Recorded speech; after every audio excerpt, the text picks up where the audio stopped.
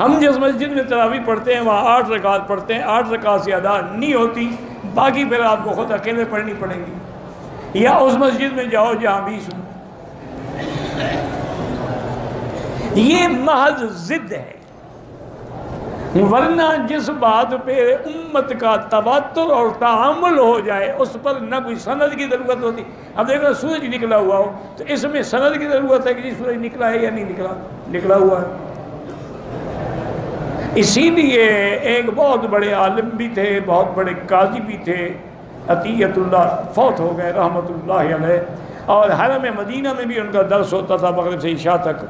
انہوں نے کتاب لکھی ہے تراویح پر کہ حضرت عمر کے زمانے سے لے کر آج تک پوری امت میں 20 تراویح ہے، اور حرمین شریفین میں بھی 20 تراویح، 20 تراویح ہے اور 3 وتر۔ یہ تو امت کا پورا یعنی مکمل عقیدہ ہے۔ اچھا، وہ جس حدیث سے حجت پکڑتے ہیں 8 رکعت، وہ تہجد کی رکعتیں ہیں، وہ تراویح کی نہیں ہیں۔ اور تہجد میں یہ ہوتا ہے کہ 4 رکعت بنا کے پڑھیں۔ کان یصلی اربعن اربعن، بی بی عائشہ فرماتی ہے حضور 4 رکعت، اور پھر آپ کی نماز کا کیا کہنا ہے، وہ کتنی خوبصورت نماز ہوتی تھی۔ تراویح میں 2 رکعت ہوتی ہے، تراویح میں ہر 4 رکعت کے بعد ترویح ہے، آرام ہے، اس میں تو ترویح نہیں ہوتا ہے۔ اور پھر تہجد کے لیے تو رات کا آخری وقت افضل ہے، اور تم تو اول وقت میں پڑھتے ہو، یہ کہاں ہے؟ تو اس لیے بلا وجہ ضد کا تو کوئی علاج نہیں ہے۔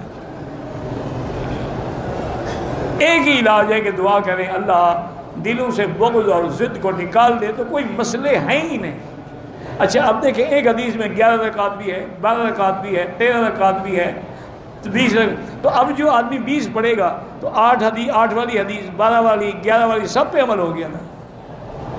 اور جو 8 پڑھے گا تو باقی حدیثیں، تو جو 4 حدیثیں چھوڑتا ہے وہ تو جناب پکا حدیث پہ عمل کرنے والا ہے۔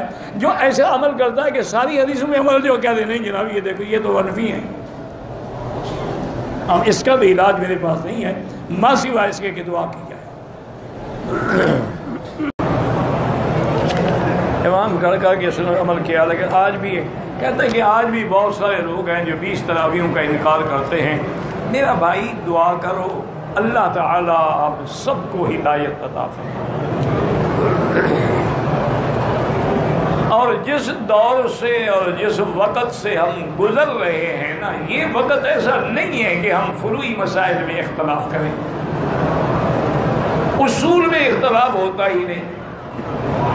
اچھا، فروع میں مجتہدین کے اندر اگر اختلاف ہے، سب موجود ہیں، سب کو اللہ اجر دیں گے، سب کا اللہ اجر قبول کریں گے، لیکن جمہور کا فتویٰ یہی ہے کہ 20 رکعت تراویح۔ حضور کے زمانے سے لے کر آج تک بھی حرمین الشریفین میں ہمیشہ 20 تراویح پڑھائی گئی، اس میں نہ کوئی شبہ ہے نہ اس میں کوئی انکار ہے۔ اس پہ الحمدللہ یہاں کے بڑے بڑے علماء نے باقاعدہ کتابیں لکھی ہیں جن نے ثابت کیا ہے کہ حرمین الشریفین میں کبھی 8 رکعتیں نہیں پڑھی۔ باقی جو پڑھتے ہیں ان کو بھی اعتراض نہ کرو، اللہ تعالیٰ ان کے بھی قبول فرمائے۔ اصل وہی بات ہے کہ سمجھ کے اندر بعض اوقات ایک ہی لفظ ہوتا ہے لیکن سمجھ نہیں آتی، وہ بھی بیچارے یہ نہیں ہے نعوذ باللہ کوئی غلط کرے، لیکن ان کی سمجھ یہی ہے کہ بھی حدیث میں 8 رکعتیں۔ بعض اوقات یہ ہوتا ہے، دیکھو نا اصل وجہ یہ ہے کہ ٹھنڈے دل سے آپ دیکھیں کتاب الصلاۃ آپ کھولیں، تمام سنن ہیں، مصنفات ہیں، مسندات ہیں، مراسیل ہیں، سارے باب کو پڑھیں۔ یہ نہیں ہے کہ ایک حدیث پڑھ لی اور دوسری نہ پڑھی۔ جب تک سارے احادیث پر نظر نہیں ہوگی اس وقت تک آپ فیصلہ نہیں کر سکتے۔ اس لیے ہم مثلا امام ابو حنیفہ، امام شافعی، امام مالک، امام احمد بن حنبل رحمۃ اللہ علیہم ان کو ترجیح کیوں دیتے ہیں کہ ایک تو ان کا زمانہ حضور کے قریب ہے، دوسرا ان کی دیانت، امانت اور تقوی جو ہے وہ ضرب المثل ہے، اور تیسرا یہ ہے کہ جتنا وہ دین کو سمجھنے والے ہیں اتنے ہم نہیں، تو لہذا ہم نے ان کی بات کو، ان کے اقوال کو ترجیح دی ہے بجائے اس کے کہ ہم خود اپنی رائے پہ عمل کریں۔ اصل مسئلہ جو ہے نا جی وہ یہ ہے بڑا کہ لفظ تھا قیام اللیل، تو قیام اللیل میں تراویح بھی، تہجد بھی، وتر بھی، سب قیام اللیل آیا ہے کتابوں میں۔ پھر جب تنقیح ہوئی احادیث مبارک میں کہ تہجد الگ چیز ہے، تراویح الگ چیز ہے، وتر الگ چیز ہے۔ مثلاً ایک حدیث پاک میں ہے، بی بی عائشہ صدیقہ رضی اللہ عنہا سے پوچھا گیا کہ سرکار دو عالم کی کتنی رکعت، چونکہ گھر کی بات، کتنی رکعت نماز پڑھتے تھے؟ تو آپ نے فرمایا کان یصلی 7 رکعات اربعا فلا تسأل عن حسنہن وطولہن۔ حضور 8 رکعت پڑھتے تھے بیٹا، لیکن 4 رکعت پڑھ کر کے پڑھتے تھے۔ حضور کی نماز میں جو حسن تھا، جو کمال تھا، جو جمال تھا، وہ میں کیسے بتا سکتی؟ یہ حدیث ہے، ہمارا ایمان ہے، لیکن حدیث کو سمجھو کہ تراویح تو 4 رکعت ہوتی ہی نہیں، وہ تو 2 رکعت ہوتی ہے۔ اور تو بی بی فرما رہی ہے کہ 4 رکعت پڑھتے تھے، تو مانا ہے یہ تہجد کی بات کر رہی ہے، تراویح کی بات نہیں کر رہی ہے۔ اور دوسری بات یہ ہے کہ تراویح مسجد میں ہوتی ہے نا کہ گھر میں۔ بی بی عائشہ تو گھر کی بات بتا رہی ہے، تو لہذا اس کا معنی یہ ہے کہ وہ تہجد کی بات فرما رہی ہے۔ اچھا، اگر اس قیام اللیل والی ساری حدیثوں کو بھی ہم جمع کریں نا جی، تو 8 رکعت کا بھی ثبوت ہے، اور 11 رکعت کا بھی ثبوت ہے، اور 13 رکعت کا بھی ثبوت ہے، اور 20 رکعت کا بھی ثبوت ہے۔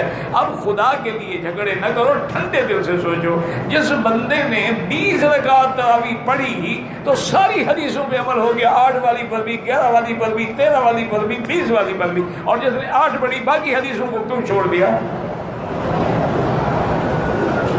اس لیے ذرا ٹھنڈے دل سے لڑائی جھگڑے نہ کرو۔ دشمن تو امت کو انہی باتوں پہ لڑانا چاہتا ہے کہ 1400 سال گزر گئے، دیکھو جی مسلمان ابھی تک تراویح پہ لڑ رہے ہیں، آمین پہ لڑ رہے ہیں۔ اور کچھ تو یہ کہتے ہیں کہ حضرت عمر اگر اللہ کے پیغمبر کے بعد آپ کے خلفائے راشدین بھی بدعت کرتے تھے تو پھر ہم آج اور بدعتیوں سے کیوں لڑتے ہیں؟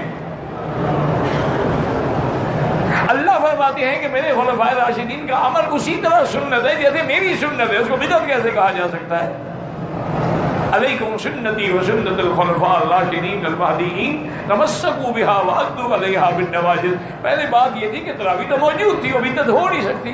بدعت وہ ہوتی ہے جس کی اصل نہ ہو، قرآن میں، حدیث میں، اجماع میں، کیا تراویح تو تھی لیکن سب قاری الگ الگ پڑھ رہے تھے۔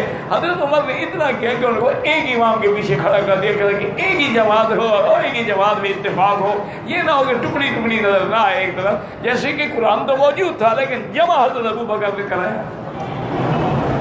اب حضور کے وقت اس طرح تو فتح میں نہیں تھا لیکن قرآن تو تھا نا۔